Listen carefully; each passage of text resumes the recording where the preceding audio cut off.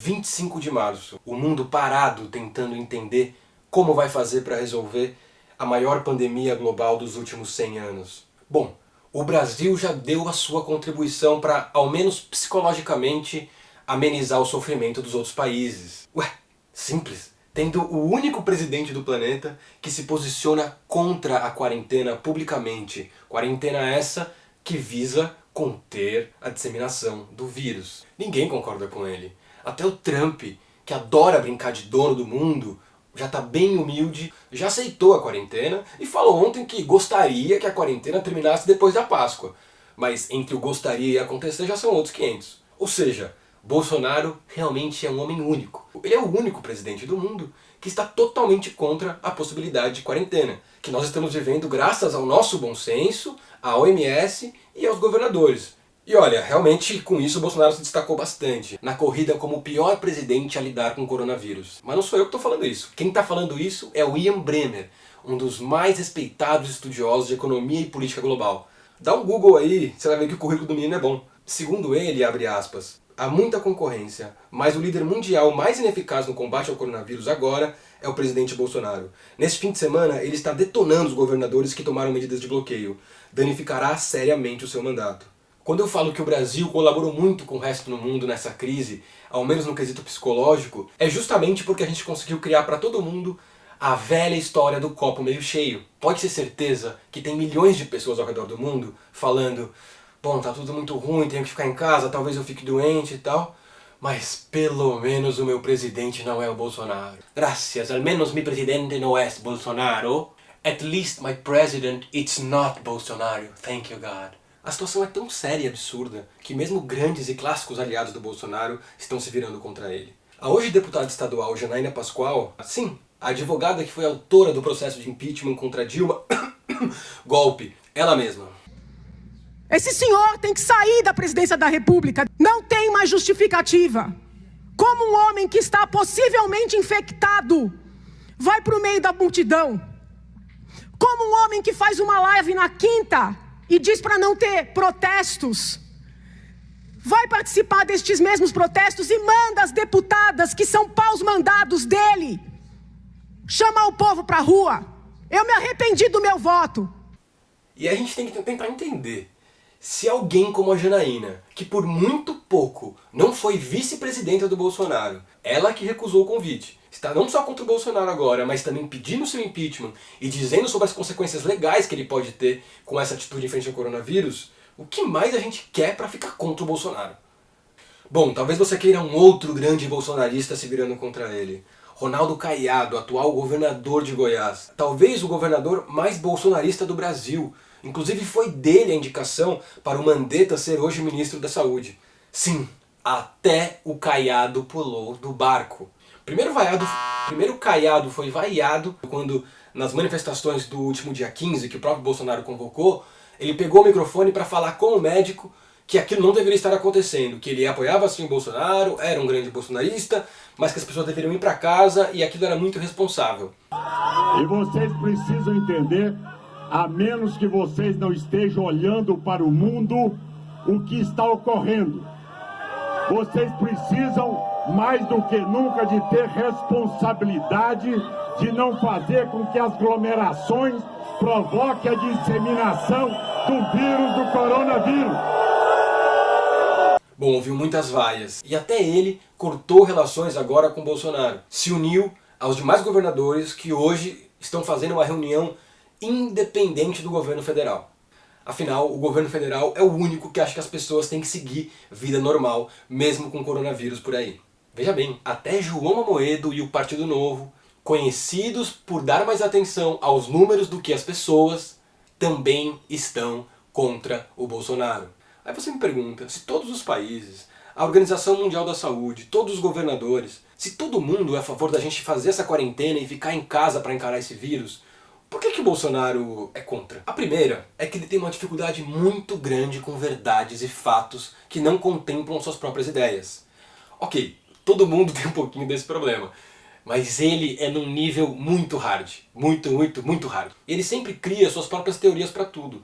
não necessariamente com algum embasamento. Ele não faz nenhuma questão de respeitar a ciência, a matemática, fatos históricos. Em 448 dias como presidente, ele mentiu ou distorceu os fatos 744 vezes. 448 dias, 744 mentiras. Isso dá uma média de 1,6 mentira dia. Ou seja, em média, a cada dia ele conta uma mentira e uma meia verdade. E o problema não é ele ser um mentiroso compulsório. Com certeza você conhece alguém que mente bastante também. O problema é um mentiroso compulsório chegar no cargo de presidente da República. Mas por que o presidente da República precisa mentir tanto assim? Será que é porque ele se elegeu com muita fake news e precisa manter essas mentiras vivas para ter os apoiadores, o famoso gado? Ou será que ele realmente acredita nas mentiras que conta? Bom, eu poderia fazer um compilado aqui de mentiras, absurdos, coisas que ele inventou da cabeça dele e falou por aí. Mas eu vou dar apenas uma pincelada aí, vai. Vamos pegar essa cena aí do Roda Viva em 2018. O debate era a questão de cotas raciais, e claro, que ele é contra. E para sustentar que ele é contra cotas e que o Brasil e Portugal não teriam nenhuma dívida histórica a sanar, ele falou isso. Eu nunca escravizei ninguém na minha vida. Não, o senhor não, mas o país escravizou. Olha só. Se for ver a história realmente, o português nem pisava na África. Se for ver a história realmente, o português nem pisava na África. Caluniador e mentiroso. Tá vendo o que eu tô falando? Olha o absurdo que esse cara fala num programa em rede nacional. Afinal, não precisa ser estudante de história para saber que sim, os portugueses não só pisaram na África, como colonizaram diversos países. Mas como você vai falar isso para alguém que considera o Bolsonaro um mito, um cara acima do bem e do mal? E é isso que a gente está vivendo hoje, todo mundo tentando explicar para as poucas pessoas que ainda apoiam o Bolsonaro que ele está errado, que ele está sendo contra a ciência, contra a verdade, contra os fatos. Bom, vocês entendem e percebem a facilidade dele em mentir? A falta de compromisso total com a verdade e com os fatos? E o perigo que é a gente ter um presidente da República como esse? Será que agora as pessoas entendem que político não é tudo igual? Vai fazer muita diferença pra gente o fato de ter um cara como esse comandando o país nesse momento. E aí você começa a pensar, nossa, mas da onde será que o Bolsonaro tira tanta besteira? Da onde que ele tira tanta criatividade e essa coragem de mentir como se não houvesse amanhã? Se ele é contra o conhecimento formal, contra a faculdade, contra a ciência, quem que é a grande referência intelectual do Bolsonaro? Se é que a gente poderia chamar assim. É ele, o grande mestre Olavo de Carvalho, mestre Olavo. Ele que é o líder da seita bolsonarista. Fala aí, senhor Olavo de Carvalho, o que só você sabe. Você veja, a Pepsi Cola está usando células de fetos abortados, né, como adoçante nos refrigerantes. What? O número de mortes, né, dessa suposta epidemia não aumentou em nenhum único caso o número habitual de mortes por gripe no mundo. Nenhum único caso, gente. Né? Então, isso é a mesma coisa que dizer, olha, essa endemia, ela simplesmente não existe. Você não tem, na verdade, você não tem um único caso confirmado de morte por coronavírus, porque para confirmar, você precisaria fazer, vamos dizer, o exame de cada órgão do falecido. Onde fizeram isso? Nunca fizeram nenhum.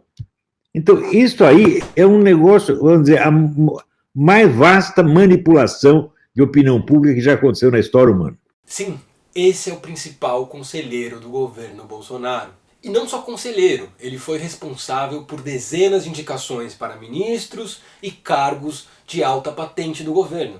Aí você começa a pensar, né, como que alguém pode apoiar isso? Como que um cara desse é a referência do presidente? Como que alguém que tem um líder como esse pode chegar à presidência? Bom, pergunta pro Moro. Mas bom, se o Bolsonaro ainda é presidente, e apesar dos panelaços ele ainda não caiu, é porque tem algumas pessoas que ainda apoiam ele. Eu não tô falando do gado, né? Aliás, fica aqui um manifesto. Não seja gado. Em nada na sua vida seja gado. Porque o gado é basicamente quem concorda e aplaude ele independente dos fatos. É uma outra camada do bolsonarismo. Vou pegar um exemplo aqui rápido. Alguns familiares dele foram vistos pegando carona num helicóptero do exército brasileiro. Ou seja, mamata. Ninguém quer. Ué, esse gado aí que votou tanto contra a corrupção e contra as mamatas em nome dele, não ia ficar feliz com uma coisa dessa, né? Mas reparem bem, qual a reação do gado depois da resposta do Bolsonaro encerrando a coletiva porque ficou bravo com a pergunta da mamata. Meu aqui, eu prefiro ver do que responder uma pergunta idiota de você. Estou respondendo? Faça uma outra. Outra pergunta, por favor. Vamos falar de Brasil e de Goiás. Já sei qual é a sua pergunta. Para entender por que o senhor não gostaria de responder sobre essa assunto. Outra pergunta? Mais nada, obrigado.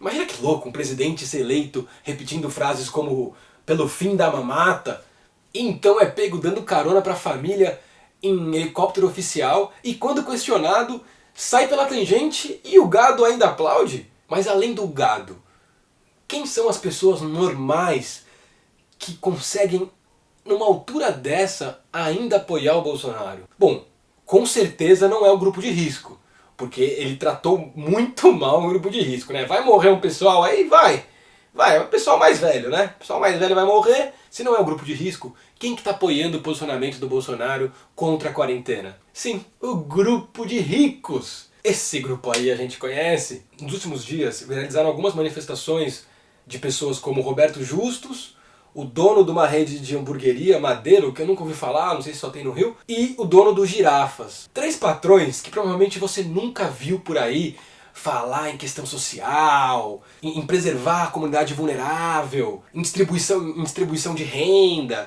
Vou colocar só uns trechinhos aí, eu quero que você olhe na bolinha do olho de cada um e tente sacar se esses caras estão realmente preocupados com o povo ou com eles mesmos. Ou seja, em 2 dias morre mais gente ligada à desnutrição, principalmente nos estados do Nordeste, do que morreram com o coronavírus.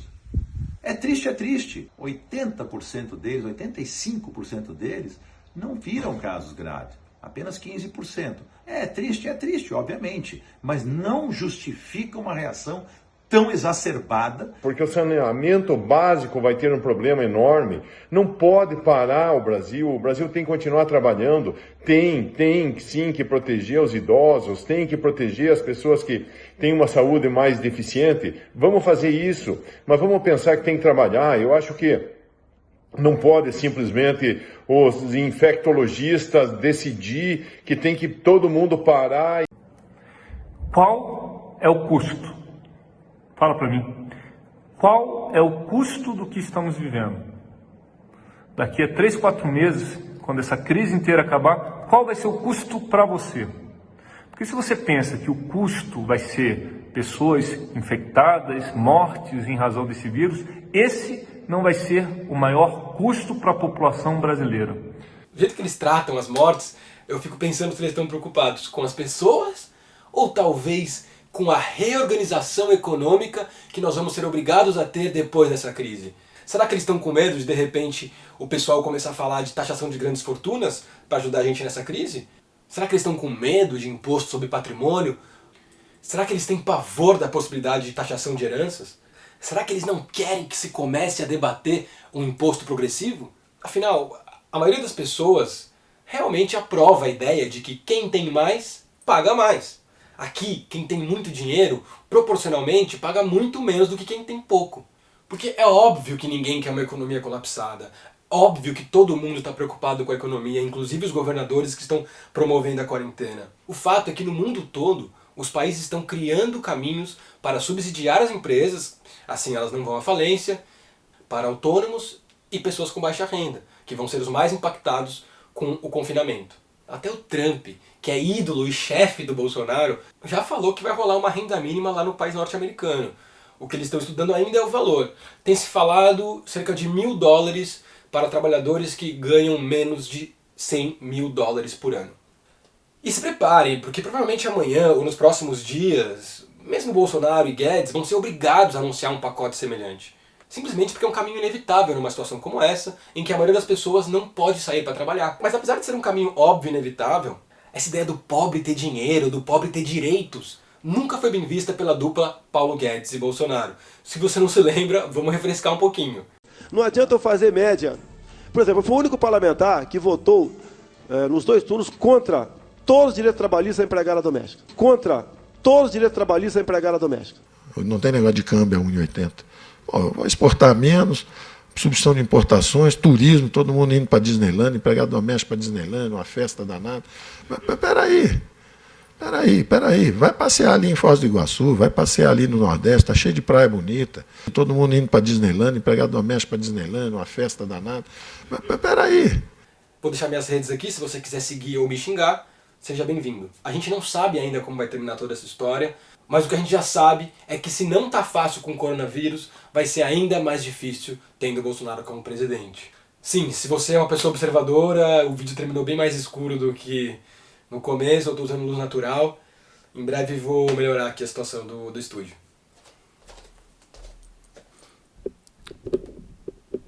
Terceira pergunta, Gustavo Maia, O Globo. Boa noite. Eu queria perguntar também ao presidente, mas ele não se encontra. Mas eu queria saber se o presidente afirmou ontem que brevemente o povo saberá que foi enganado por esses governadores na questão do coronavírus. Se isso ocorreu realmente, como é que é possível um bom diálogo, como ele citou aqui hoje? E aproveitar para perguntar também se vocês foram orientados por que não usar máscaras hoje se usaram da última vez. O que é que mudou no protocolo?